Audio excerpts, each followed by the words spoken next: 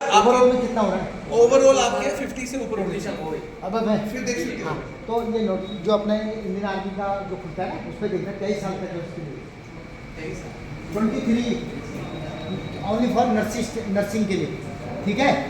और उनके लिए सबके लिए 21 साल है, नर्सिंग के लिए 23 साल तक, तो उसमें देखना है, क्योंकि हमारे पास वो कंप्लीट नहीं मिलता है। एक्सीलेंट वाले को 5 मिनट 45 सेकंड मिलता है, यानी कि जो 60 नंबर और 48 नंबर होते हैं ना, तो अरे 60 और 48 होते हैं। जो बच्चा 5 मिनट 30 सेकंड के अंदर आएगा, उस बच्चे को मिलेंगे 60 नंबर, समझ गए। चाहे 50 बच्चे आ जाते हैं तो 60 ही नंबर मिलते हैं, ये नहीं कि 10 बच्चों को 60 दे दिया और वो नहीं। और जो 5 मिनट 30 सेकंड से 31 सेकंड में आता है, 45 सेकंड का आता है, तो उसको मिलता है कितना, 48 पॉइंट, ठीक है, 48 नंबर।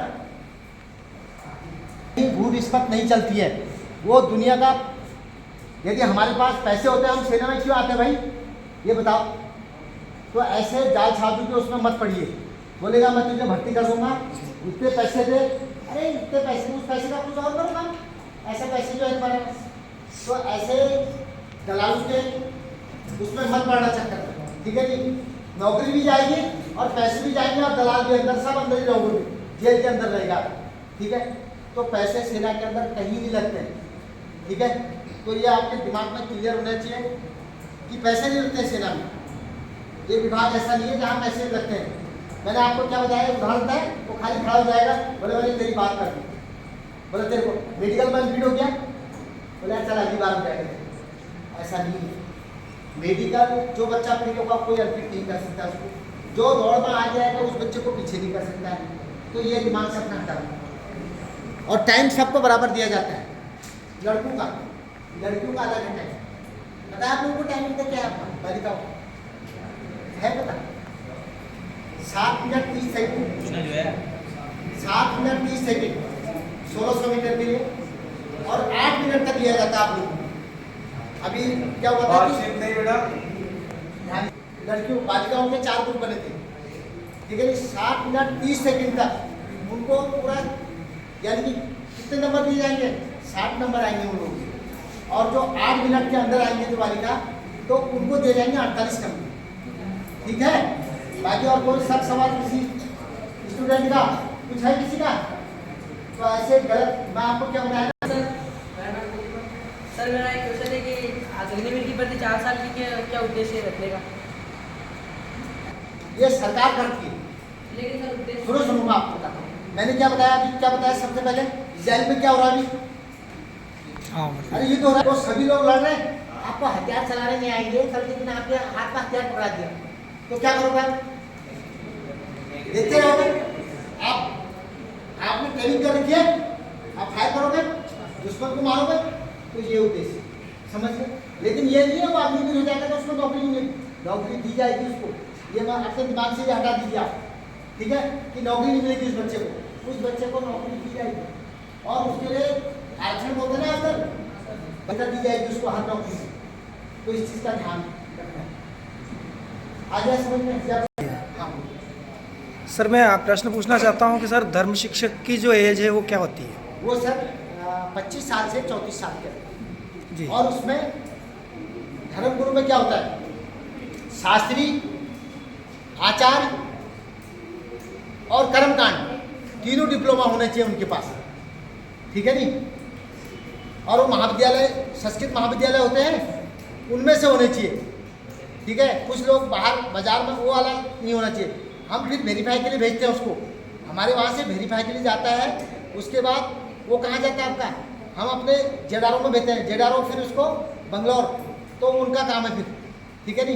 अब वेरीफाइड नहीं होगा तो कहाँ से होगा भाई, ये संस्था ने इसने कर रखा है, कौन से स्थान में कर रखा है, आपने ला गए सर्टिफिकेट, लेकिन वो सर्टिफिकेट वेरीफाई होते हैं आपके, जैसे हाई स्कूल का सर्टिफिकेट ला गए, वो भी आपका इंटर का हो गया, हर सर्टिफिकेट आपका आधार कार्ड हो गया, सारी चीज़ अपडेट पता लग जाता है। किसी बच्चे ने गलती से, मेरी उम्र 23 साल हो गई, मान लीजिए मैं 21 साल हो गई और मैंने अपने को 28 साल बना दिया, वो भी पकड़ाई हो जाती है, मैं आपको बता। और ये भी पता लग जाता है उसमें आधार कार्ड कितने बार चेंज करा दिया इस बच्चे ने, 2 बार करा दिया, 1 बार करा दिया, 3 बार करा दिया, वो सारा डाटा निकल जाता है, ठीक है नी। तो ऐसा ना कराइए, पकड़ाई हो जाती है, तो ऐसा ना। देखिए सर का कहना बिल्कुल सही है, उचित है। मैं दिनेश दास बैरागी उत्कृष्ट विद्यालय से प्रमाण आपके सामने मैं खुद खड़ा हूँ। 2010 की बात मुझे याद आती है। उस भर्ती में धर्म शिक्षक में मैं स्वयं गया था और बड़े अच्छे से दौड़ा। बिल्कुल उसमें मेरा चयन भी हुआ, लेकिन जब मेडिकल हुआ तो उसमें मुझे जो है आँखों की वजह से बाहर किया गया और वास्तविकता में वो बात सत्य भी थी। मुझे एक अवसर भी दिया गया था साथ में कि आप 15 या 20 दिन में मेडिकल पूरा कंप्लीट करके आ भी सकते हैं। वास्तविकता में आया, पर मुझे मालूम था कि जैसे कलर वर्णांतता बोलते हैं तो वो मेरी कंप्लीट वास्तविकता में नहीं थी और इस वजह से मैं उसे क्वालिफाई नहीं कर पाया। वास्तविकता में बाकी दौड़ वगैरह सब में मैं अच्छा था और सभी में निकला हूँ मैं। तो 2010 की बात है सर ये। आईसाइट तो बिल्कुल सर, हाँ वही सर। तो समझ के बात को आपके गुरु ने बता दिया आपको। अभी भी हमारे पास 69 धर्मगुरु आए हैं जो क्वालिफाई हो गया है। 125 धर्मगुरु, मतलब ये तो 250 धर्मगुरु हमारे पास, 300 230 थे। 230 में से 125 में से हमारे पास कितने पहुंचे? 69 पहुंचे हमारे पास। जी जी। तो उन लोगों का इंटरव्यू होता है उसके बाद, वो हमारा काम नहीं है, ठीक है जी। हम लोगों का काम है उनको बंगलौर भेजना, तो बंगलौर से उनका आता है, ठीक है नहीं। अभी 23 और 22 और 23 और 24 को उनका इंटरव्यू है उनका, जो धर्मगुरु लोग हमारे, ठीक है नहीं। तो इस चीज़ का थोड़ा ध्यान दीजिए। और जो बच्चा आर्मी के अंदर आता है, अच्छी बात है। मुझे भी एक शौक था आर्मी के अंदर, लेकिन मेरे वहाँ के लिए हाइट का छूट है, रिलेशन है, ठीक है। हमारे उत्तराखंड के लिए कम है हाइट, उत्तराखंड, गढ़वाल और हिमाचल, ठीक है। और कहाँ आपका बगल में नेपाल, नेपाल के लिए कम होती है हाइट का, ठीक है। तो अभी मीटिंग पर नेपाली नहीं आ रहे, क्यों नहीं आ रहे पता नहीं, समझो कारण क्या है, तो उस चीज़ का पता होना चाहिए आपको। तो हमारे 17 साल की उम्र में है, अगर आप में से और आप लोग में से भी कोई एनडीए वगैरह ज्वाइन करना चाहता है तो उसमें भी कर सकते हैं। लेकिन एनडीए के लिए आपके लिए साइंस वो होना ज़रूरी है, फिजिक्स केमिस्ट्री मैथमेटिक्स होना ज़रूरी है। आप 17 to 18 ईयर्स की एज में आप एनडीए के लिए भी अपीयर कर सकते हैं। पहले एनडीए में लड़कियों के लिए ऑप्शन नहीं था, लेकिन लास्ट ईयर से इवन लड़कियां भी एनडीए के लिए अप्लाई कर सकती हैं। लेकिन आप एनडीए के चांस आपको बस 18 ईयर्स तक ही मिलता है। 18 साल के बाद फिर आपको एनडीए का चांस नहीं मिलेगा ऑफिसर्स एंट्री के लिए। फिर आपको सेकेंड जो चांस मिलता है एज ए ऑफिसर आने का, वो होता है ग्रेजुएशन के बाद। ग्रेजुएशन के बाद भी काफ़ी तरह की एंट्रीज होती हैं फौज में आने के लिए एज ए ऑफिसर भी। आपको एज ए ऑफिसर आने के लिए क्या क्या चीज़ें चाहिए और आपको अग्निवीर के लिए आने के लिए कौन कौन सी चीज़ें चाहिए और कौन कौन सी उसकी रिक्वायरमेंट है, सब कुछ आपको ज्वाइंट इंडियन आर्मी की वेबसाइट पे सब कुछ मिल जाएगा। जो भी आपके उसमें डाउट्स होंगे, जो भी आपको लगता है कि आपकी क्वालिफिकेशन क्या होनी चाहिए, क्या रिक्वायरमेंट्स हैं, सब आपको मिल जाएगा ज्वाइंट इंडियन आर्मी की वेबसाइट। उसके अलावा हमारा एक हेल्पलाइन नंबर भी है, जो अभी फिलहाल जो इस बार की अभी अग्निवीर जो अभी रजिस्ट्रेशन चालू हुई है, जिस बच्चों को उसमें कोई इशू आएगा, कोई दिक्कत आएगी, वो बच्चा उस नंबर पे सुबह 11 से लेकर 1 बजे तक मंडे टू फ्राइडे फ़ोन करके अपनी क्वायरीज पूछ सकते हैं। और वैसे लोग फ़ोन करेंगे जिन्होंने रजिस्ट्रेशन किया है, रजिस्ट्रेशन करते समय किसी का नाम गलत एंटर हो गया, फादर्स नेम मदर्स नेम गलत एंटर हो गया, या रजिस्ट्रेशन करते समय कुछ भी ईमेल आईडी गलत हो गई, जो भी चीज़ गलत एंटर होगा उसकी रेक्टिफिकेशन के लिए आप मंडे टू फ्राइडे 11 से लेकर 1 बजे के बीच में हमारे हेल्पलाइन नंबर पे फ़ोन करके क्वायरी कर सकते हैं और अपनी समस्याओं का समाधान कर सकते हैं। समझ में आया आपको? जो भी आपकी क्वायरी है, जो भी आपके डाउट्स हैं, आपके सारे यहाँ को ज्वाइन हमारे हेल्पलाइन नंबर पे कॉल करके क्लियर कर सकते हैं। और इसमें दूसरी चीज़, जैसे हमारे दोस्त अभी बोल रहे, बहुत सारी बातें की उन्होंने, उसका सर्टिफिकेट ले लेते हैं भर्ती आने से पहले ना, कि उसके एक्स्ट्रा नंबर मिल जाए। लेकिन हमारे पास जितने पीछे बच्चे नहीं, अगर आपको लगता है कि आप रिटर्न एंट्रेंस में वीक है, कोई आपके पास आएगा बोलेगा चल मैं आपको तुम्हें स्टेट लेवल का या नेशनल लेवल का स्पोर्ट्स सर्टिफिकेट बना के देता हूँ, इसके इतने नंबर मिलेंगे। बेटा हम एक एक डॉक्यूमेंट चेक करते हैं और जिस इंसान का साइन हुआ होता है उस इंसान से पूछते हैं कि ये डॉक्यूमेंट क्या आप ही ने साइन किया है। तो कभी भी किसी के इस चीज़ में मत आना कि हाँ तुम्हें स्पोर्ट्स सर्टिफिकेट लग जाएगा, एनसीसी सर्टिफिकेट लग जाएगा, ये सर्टिफिकेट लग जाएगा, एक्स्ट्रा नंबर मिल जाएगा। नहीं, अगर आप गलत सर्टिफिकेट लगा के आगे मेरिट लिस्ट में भी आगे, आपकी पूरी सर्विस में या कभी भी किसी भी पॉइंट में पता चला कि आपका कोई भी एक डॉक्यूमेंट फेक है, फर्जी है, आपको निकाल दिया जाए। सबको क्लियर आ रहा है? बड़े सारे बच्चे होते हैं अपना डेट ऑफ बर्थ आगे पीछे करके आते हैं, सब पकड़े जाते हैं, फिर रोते हैं, फिर कोई प्रॉब्लम करते हैं कि नहीं हमारा डेट ऑफ बर्थ तो ये हमने क्यों किया था। हम प्रूफ पे विश्वास करते हैं, मनगढ़ंत बातों पे विश्वास नहीं करते। समझ में आ रहा है आपको?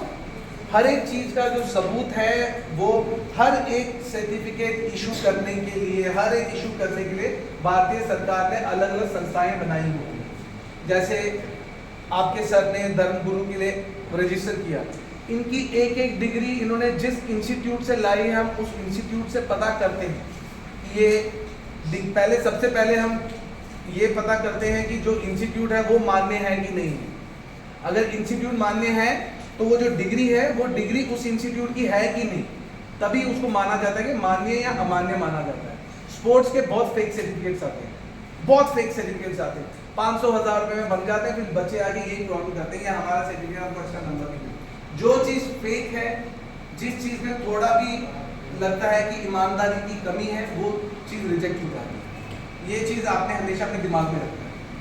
फौज एक ऐसी संस्था है जिसमें आप फौज में एक बार आगे, आपका खाना पीना, रोटी कपड़ा, रहना, छुट्टी जा रहे हो, आपको छुट्टी जाने के लिए टिकट, वारंट, सब कुछ आपको फौज प्रदान करती है। तो ये चीज़ तो भूल जाओ कि कोई आपको देगा कि हाँ आपको पैसे देके आप भर्ती हो जाओगे, नहीं। फौज एक ऐसी ऑर्गेनाइजेशन है जो आप फ्री ऑफ कॉस्ट रहते हो। आप अगर साल में छुट्टी जाते हो, छुट्टी का किराया भी आपको, टिकट भी आपको फौज करा के देती है। जितने दिन आप फौज में रहते हो आपका खाना फौज देती है, जो आप यूनिफॉर्म पहनते हो वो यूनिफॉर्म आपको फौज देती है, आपके बाल कटाने के पैसे आपको फौज देती है, हर एक चीज़ के पैसे आपको फौज देती है। तो कोई भी फौजी आपसे पैसा लेके आपका कोई काम नहीं कर पाएगा। ये चीज़ हमेशा अपने दिमाग में रखना। कोई भी फौज में कोई इंसान पैसा लेके आपका कोई काम नहीं करेगा। ट्रांसपेरेंट ऑर्गेनाइजेशन है, ट्रांसपेरेंसी से चलती है। जो हमारे रिक्वायरमेंट्स बने हुए हैं हम उस रिक्वायरमेंट को फॉलो करते हैं। किसी भी बच्चे से या किसी भी डिस्ट्रिक्ट से हमारा कोई जिद नहीं है या कोई हमारा वो नहीं है कि हाँ इस डिस्ट्रिक्ट को हम ऐसे ट्रीट करेंगे, उस डिस्ट्रिक्ट को हम ऐसे ट्रीट करेंगे, ऐसा नहीं है। हमारे यहाँ पे सबसे कम बच्चे भर्ती के लिए आते हैं अगर मालवा से। हम चाहते हैं कि ज़्यादा से ज़्यादा बच्चे वहाँ से। हम किसी को रिजेक्ट करने के लिए नहीं बैठे हैं, हम वहाँ बैठे हैं सेलेक्ट करने के लिए। और सेलेक्ट करने का क्राइटेरिया है, तुमने पूरे साल मेहनत की, तुम ट्यूशन गए, तुमने प्राइवेट ट्यूशन लगाई, फिर भी एग्जाम में 33% नहीं आओगे तो आप बोल नहीं सकते ना मैंने पूरे साल मेहनत की, 2 साल मेहनत की, मेरे को 33 नंबर क्यों नहीं आए। नहीं आए तो नहीं आए यार। अगर आपको कोई चीज़ नहीं आए तो उसकी जिम्मेवार आप खुद हो, आप किसी और को जिम्मेवार नहीं ठहरा सकते। समझ में आ रही है आपको बात? आप सबकी छोटी उम्र है, आप जैसे आप बेटे कितनी उम्र है आपकी? 13 साल। 13 साल के बच्चे पे ऐसा प्रभाव नहीं पड़ना चाहिए आपके दिमाग में। ये नहीं है कि मेडिकल क्लियर हो गया तो आप मेरिट में आ जाओगे। बेटा हर एक चीज़ की मेरिट बढ़ती है। जो बच्चे दौड़ पास होके, मेडिकल पास होके डिस्पैच मेडिकल तक पहुँचते हैं, अगर उनके नंबर भी मेरिट में नहीं आ रहे तो हम तो टॉप के 200 बंदे लेंगे ना, या टॉप के 400 बंदे लेंगे। उसके नीचे के बंदे ने जितनी मर्जी मेहनत की हो यार, ऐसे थोड़ी होता है। हिंदुस्तान की क्रिकेट टीम में 11 लोग खेलते हैं, आईपीएल में कितने लोग खेलते हैं? दुनिया भर के खेलते हैं, है ना। आपको उस जगह बनाने के लिए अपने हिसाब से पूरी मेहनत करनी पड़ेगी। अगर वो मेहनत की आपकी कमी है, अगर आप नहीं आए तो आप सिस्टम को ब्लेम नहीं कर सकते। समझ में आ रहा है? किसी का कोई सवाल नहीं मिलेगी। समझ में आ रहा है? और ये नहीं है कि पहली बार में मेरा एग्जाम क्लियर नहीं हुआ, सेकंड टाइम में हो जाएगी। नहीं, आपकी मेहनत पे डिपेंड करता है। आपके पहली बार में आपका एग्जाम क्लियर हो गया, लेकिन आपको अपनी मर्जी का कॉलेज नहीं मिल रहा है, आपने सोचा मैं फिर से पढ़ाई करके तैयारी करके एग्जाम दूंगा। अगले बार हो सकता है जो पिछले बार मिल रहा था कॉलेज वो भी ना मिले, क्योंकि हर साल कंपटीशन बढ़ रहा है। हर साल पहले बच्चों के नॉर्मल 30%, 35%, 40% नंबर आते थे, बगैर वाले खुश। आजकल तो 70-80 तो नॉर्मल हो गया बच्चों के नंबर आना, है ना।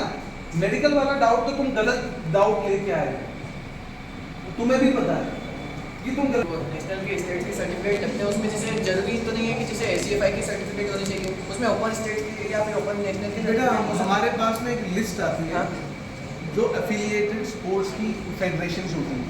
अगर आपको उस एफिलिएटेड फेडरेशन वाले आपको वेरीफाई करके आपका सर्टिफिकेट भेज देते हैं तो उस सर्टिफिकेट को हम मान्य मानते हैं। अगर उस फेडरेशन ने बोला कि ये इवेंट या ये कंपटीशन हमने नहीं करवाया है, ये सर्टिफिकेट हमने इशू नहीं किया है, तो उसको मान्यता नहीं है। भले वो इवेंट भले ओपन स्टेट का हो या फिर ओपन नेशनल का हो तो भी वो मान्य हो जाता है अगर वो हुआ हो तो। अगर फेडरेशन ने एफिलिएट किया है तो, क्योंकि हम मंदसौर जिले में आके हम कंपटीशन नहीं कराते, जो फेडरेशन वाले होते हैं वो करवाते हैं। तो फेडरेशन वाले अगर बोलेंगे कि हाँ भाई ये सर्टिफिकेट मान्य है तो हम मान लेते हैं। Thank you. आप ये लेकिन एनए में रिलैक्सेशन होती है, एनए में रिलैक्सेशन, आई साइड की रिलैक्सेशन आपकी एनए में आएगी। नर्सिंग असिस्टेंट की भर्ती में आई साइड रिलैक्सेशन है, ट्रेड्समैन में आई साइड रिलैक्सेशन है सब, ये दूर से ट्रेडमैन नहीं, क्लर्क 65 में, क्लर्क में है क्लर्क रिलैक्सेशन। मतलब अभी मेरे 1.25 नंबर है। अगर बेटा आपका विद क्लास 6/6 है तो आप एमए में और क्लर्क की भर्ती में आप आ सकते हैं। मान्य आप जीडी की भर्ती नहीं देख सकते, 6/6 से कम है। हाँ, 6/6 से कम है सर। जीडी में 6/6 चाहिए, एमए में और इसमें क्लर्क में आपको रिलैक्सेशन चश्मे के साथ। अभी सर 6/9 में या 6/8 में 6/9 है तो आप क्लर्क में और एएमसी में एनए के लिए आप फिट हो Try कर जाएंगे। अगर आपने बाकी सब चीज़ें फिट कर ली है, रिटर्न जोड़ और बाकी सब फिट हो गए। लेकिन उसमें पता है ना उसमें क्या है। केमिस्ट्री में हाँ बायो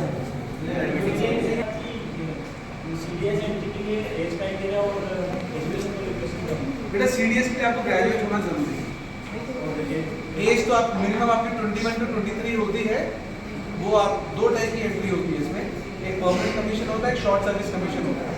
तो परमानेंट कमीशन का जो एग्जाम होता है उसकी एज लिमिट आपकी 23 या 23 तक होती है आईपीएस, और जो शॉर्ट सर्विस में जाते हैं उसका आपकी 25 तक होता है, समझ आए? लेकिन उसके सीडीएस के लिए ग्रेजुएट होना जरूरी है। एक स्पेशल एंट्री अलग से होती है, लेकिन उसमें आपको 20 सर्टिफिकेट में 2 साल तक एनसीसी में कार्यरत रहना जरूरी रहता है।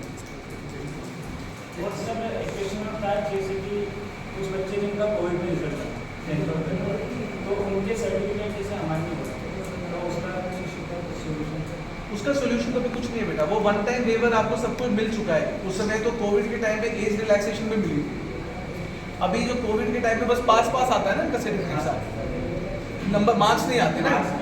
हाँ, अगर आपके मार्क्स नहीं है, सिर्फ पास है तो पास है, अगर उसमें मार्क्स लिखे हैं फिर प्रॉब्लम है। सर जैसे मेरा 10th था कोविड में तो मेरा एक सब्जेक्ट का एग्जाम ही हुआ, हाँ, इसमें पास नहीं हुआ, तो बाकी में बाकी में पास। उसमें एक इशू ये होता है कि आपका टोटल एग्रीगेट कैसे बनेगा।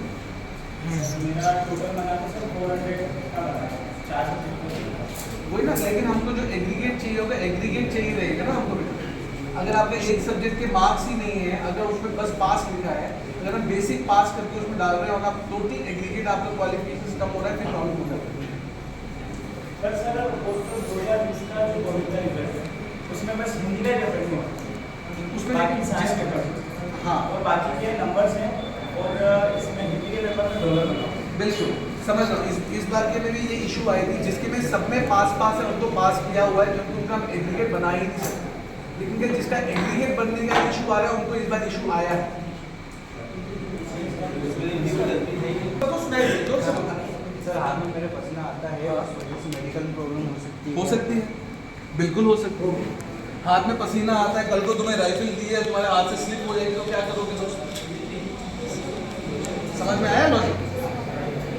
अगर हाथ में पसीना आ रहा है, कल को आपने किसी अपने कोई आपका दोस्त पेट्रोलिंग में जाते गिर रहा है, आप उसको अपना हाथ दे रहे हो पकड़ने के लिए, वो आपका हाथ पे फिसल के गिर जाएगा, आपका हाथ देना काम ही नहीं आएगा। हर एक चीज के पीछे रीजन है बेटा, हर एक चीज के पीछे रीजन है। जो बच्चा हकलाता है उसको फौज में नहीं करते। क्यों?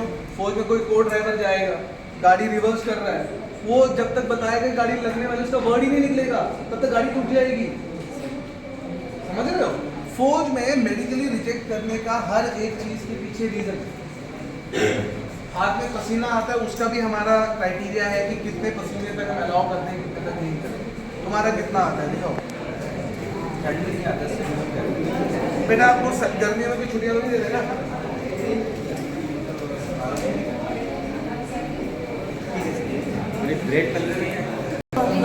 कहीं ऊपर का जगह में गिर जाएगा, बैलेंस नहीं बनेगा। कि अगर किसी के लगी हुई हो और उसे टाँके आए हो तो वो आर्मी में जा सकता है कि बेटा वो डिपेंड करता है उसको किस एरिया में टांके लगे। अगर आपकी इस उंगली में कोई भी चोट लगी है, कोई भी टांका लगा है, कोई भी चोट लगी कटी है, तो इस उंगली वाले को तो हम फिट करेंगे ही नहीं, क्योंकि आपने गोली इसी उंगली से चलानी है। समझ में आ सर गया? अगर मेरे यहाँ पर टाँके लगे तो कोई फर्क नहीं पड़ता। जैसे चेस्ट में लगे हो तो चेस्ट में बेटा वो टांके किस वजह से लगे फिर हम देखते हैं। अगर आपका वो टांका, सपोज यहाँ कोई टांका है, आपको किडनी का कोई ऑपरेशन हुआ होगा, कोई टांका है, फिर आपको हम फिट नहीं कर पाएंगे।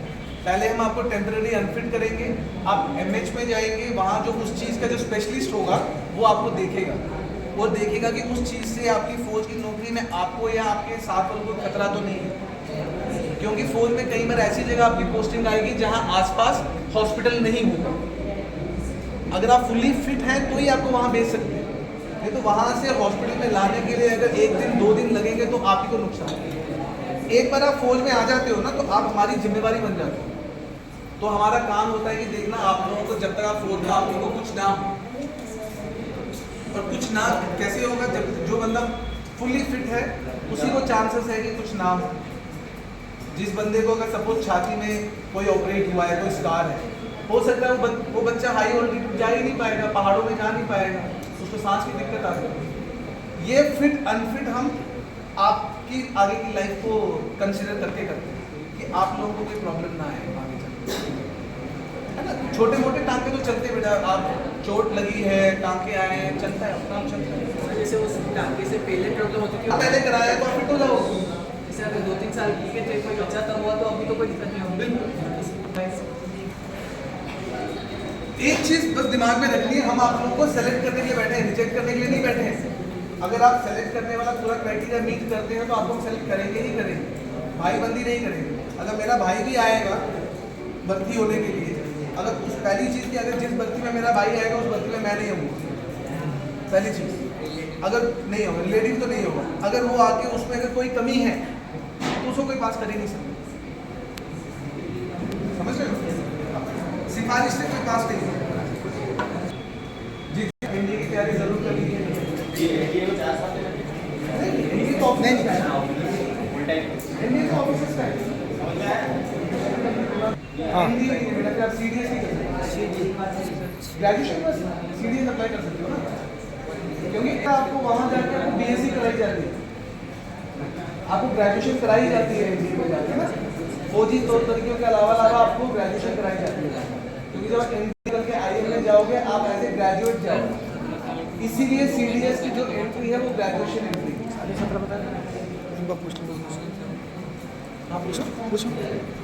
इसका प्रश्न है कि 17 साल 2 महीने का हूँ तो क्या भर सकते हैं क्या? एनडीए का फॉर्म, हाँ। जब एनडीए का फॉर्म निकलेगा ना बेटा, उसमें क्लियर कट आपकी डेट ऑफ बर्थ के हिसाब से आएगा, आप इस डेट ऑफ बर्थ से इस डेट ऑफ बर्थ के बीच में हो तो आप अप्लाई कर सकते हो। सही है, सर ने सही बताया है। हर एक की अपनी ऑफिशियल वेबसाइट होती है और उस पर जाकर आप सर्च कर सकते हैं। आप ज्वाइन इंडियन आर्मी वेबसाइट पे सब कुछ मिल जाएगा। हाँ, ज्वाइन इंडियन आर्मी वेबसाइट खोलो, उसमें आपको सब कुछ मिल जाएगा, सब कुछ। कोई सवाल नहीं, खत्म करें। कुछ समय पहले अग्निवीर की जो भर्ती निकली थी उसमें मैंने खुद ने वीडियो बनाया है और वो डाला भी है चैनल। आपकी जो बीच में जो मेरा चैनल है तो मैं जो भर्तियाँ निकलती मीडिया से नहीं सर, मैं